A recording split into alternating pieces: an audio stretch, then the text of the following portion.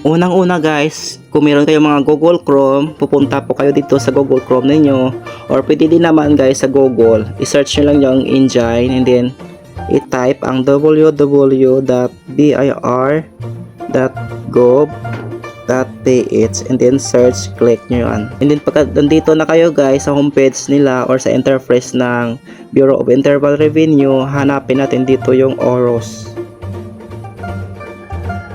Hindi nandito na, click nyo yan.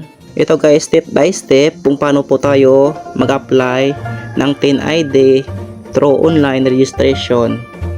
So hanapin po ninyo yung new registration at i-select ang individual. At dito po scroll down, hanapin ninyo create an account. Sana may natutunan po kayo dito sa ating tutorials. So, huwag niyong kalimutan po i-follow ako at i-support po. Masaya na po ako na mabasa yung mga comment ninyo. So, i-click nyo lang po dito yung mga terms and condition and then agree. I-select nyo po dito yung taxpayer and then without existing TIN and then agree, click. And then dito, user type transaction, select lang po niyo dito yung Filipino citizen. Then okay. And then sa taxpayer type po yung number 98. Okay, and then itatype po ninyo dito yung pangalan ninyo. So lahat po ng mga information ko na details ay i-blurred lang po natin. Itakpan ko lang po para hindi niyo makita. And then dito kulaha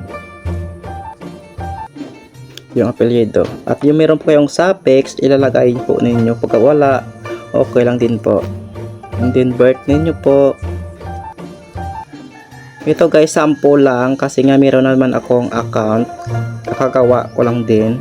So bibigyan ko lang kayo ng idea kung paano kayo mag-register through online sa TIN ID. So fill upan nyo lang po lahat ito. Lalagay lang po ninyo dito yung mga active email ninyo. At gumawa po kayo ng sarili ninyong password. Dapat matandaan po ninyo.